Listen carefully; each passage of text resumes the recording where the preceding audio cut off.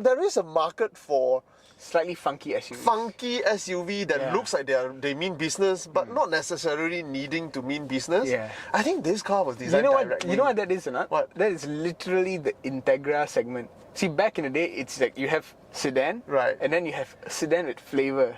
4-door with flavor or 2-door with flavor. There's always been that in Japan as well. You have the Ceres for the Corolla. Integra is the Civic. Nissan has that Presea. Presea, yeah. Nissan has the Presea for that Sentra. soap bar looking Yes, thing. yes. Everyone had it. And then they have sporty intention, but they're not necessarily sporty. And then now the Germans are like, okay, since everyone has SUV, the flavor for SUV is not sporty, it's off-roady. Off-roady. So, but the concept has always been there, isn't it? You have your Bronco, you have your FJ, but those are really off-roader. Okay. This is like. But the Great Wall is not really off-roady. It's a soft-roader with flavor of off-road. So basically, it's a crossover, but it's not really a crossover, isn't it? It's a crossover. It's a crossover. Yeah. Okay. Because you can get this, the GLB 200. Okay. It's front-wheel drive only. And then this four-wheel drive system is not really equipped to do a lot of It's not a real deal. This one has a four-wheel drive system, but it's with a DCT, you know. Okay. How much off-roading can you do with this? But the funny thing is this, you know, they got the 8-speed DCT for this this model. Yeah. But for the 200 model, they use a different engine, a Renault engine. A 1.33 litre Renault engine. Don't get that, right? Yeah, what? Like what? Why? Yeah. It's in the GLA 200. That's essentially what Mini did as well. They used a Prince engine, a Peugeot one. This is the same stupid deal they did. Maybe cost is a real issue, isn't it? I think so, lah. Yeah. If your Mercedes-Benz engine is built to a different standard. So, it was very funny because that engine, 1.3 litre. Right. Imagine telling someone I drive a 1.3 litre Mercedes-Benz. And then on top of that, it has a different gearbox, slightly different, 7-speed. Okay, 7-speed DCT. DCT also.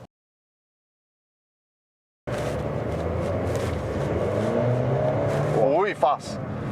But it has that Mercedes delay, and not only a delay, it drags on the gear a little bit. That's very Mercedes in tuning.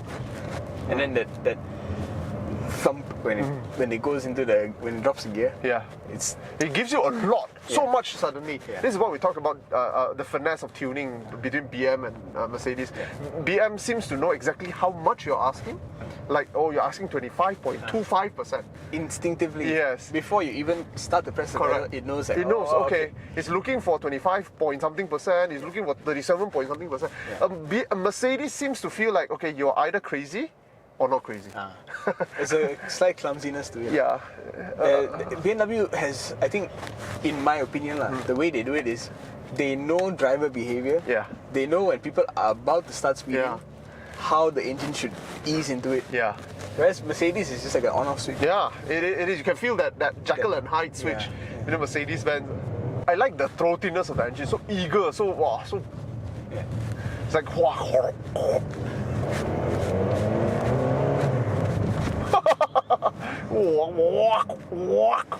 oh, it kicks you, man. Yeah, it's fast. Oh, it's fast. The bird's gonna die. The bird was like, I'm gonna die. It's life. He saw his life flash before it. This generation of small Mercedes 250s are freaking fast. Oh, powerful, man. I remember the A250, the hatchback. That was damn fast. So integral. DC pie. Why you park your $60,000 investment at the side? Oh, what 60? Now it's 80, 90, bro.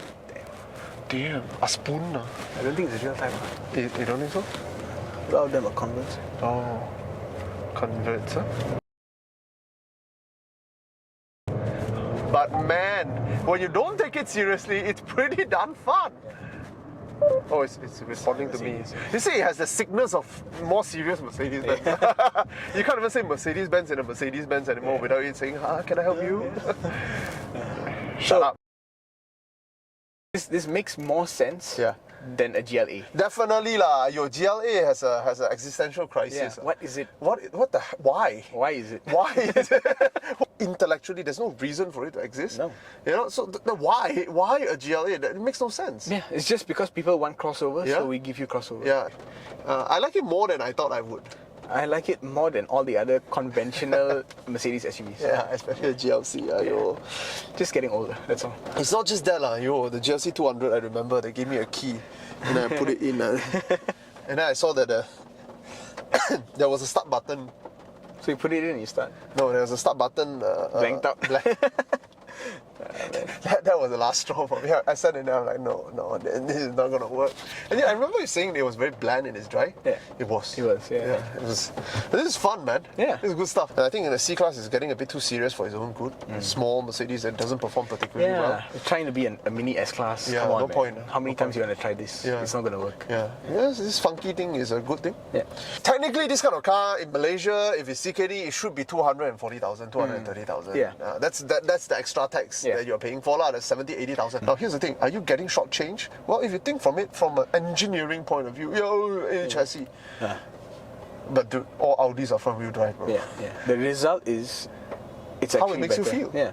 If you think that a big gearbox, a 9G-tronic is important to you, rear-wheel drive is important to you. I don't want to be your friend.